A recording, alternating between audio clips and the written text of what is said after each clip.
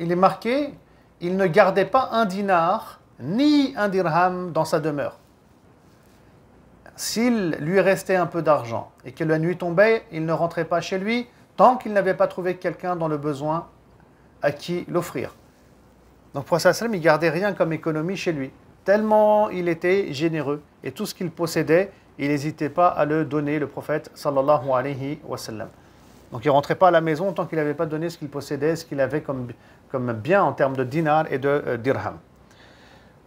Ici, on pourrait dire, mais bon, c'est pas bien, astaghfirullah. Le croyant, le musulman, il doit garder de l'argent aussi pour lui, pour sa famille, s'il est marié, pour ses enfants. Donc tout ça, c'est important. Bon, effectivement, c'est important. Effectivement, il faut être dans un équilibre. Mais le prophète, sallallahu alayhi wa sallam, il est ici dans ce qu'on appelle l'excellence. Al-ihsan.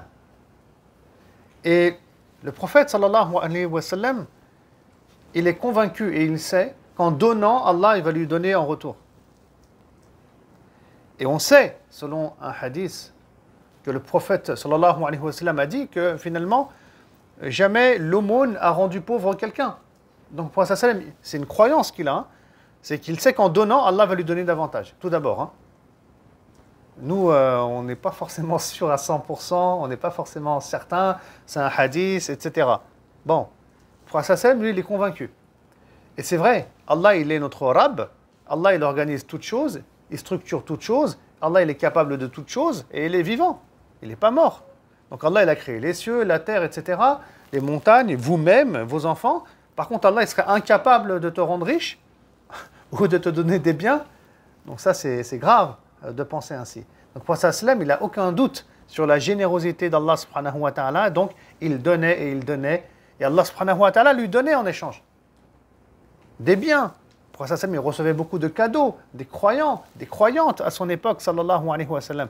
Et jamais le prophète sallam, malgré le comportement qu'il avait ici de générosité, on le voit un jour mendier. Non, on le voit mendier, il n'a pas d'argent, il n'a pas de biens. Jamais. Et puis quand le prophète sallallahu alayhi wa sallam, il avait vraiment rien à la maison, ça lui arrivait, qu'est-ce qu'il faisait? Il jeûnait. Et ça, on le sait.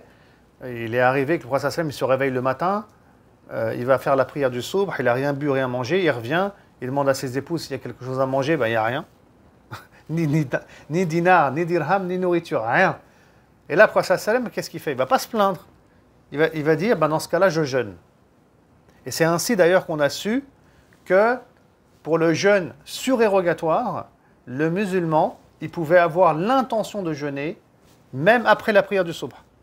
Parce que ça, c'est arrivé plus d'une fois au prophète sallallahu alayhi wa sallam, alors que le jeûne du mois du Ramadan, il faut avoir l'intention de jeûner la veille. C'est différent. Abu Bakr as-Siddiq, radiyallahu ta'ala anhu, lui-même, qui est l'ami du prophète sallallahu alayhi wa sallam, et qui sera le premier calife de l'islam, lui-même dans sa vie, il lui est arrivé de donner tous ses biens dans la voie de Dieu. Comme lors d'une expédition militaire qui a lieu en l'an 9 de l'Hégire, qui est l'expédition de Tabouk, il va ramener tous ses biens, Abu Bakr as-Siddiq. Mais en même temps, il a un commerce derrière et il sait que l'argent, il y en aura, peut-être pas beaucoup, peut-être beaucoup. Tout ça, ça dépend d'Allah subhanahu wa ta'ala. Et donc, le prophète sallallahu alayhi wa sallam, il était dans l'excellence et il nous montre la voie à suivre. Et Abu Bakr as-Siddiq, lui, comme vous le remarquez à travers ce que j'ai expliqué, il marchait sur les pas du prophète sallallahu alayhi wa sallam.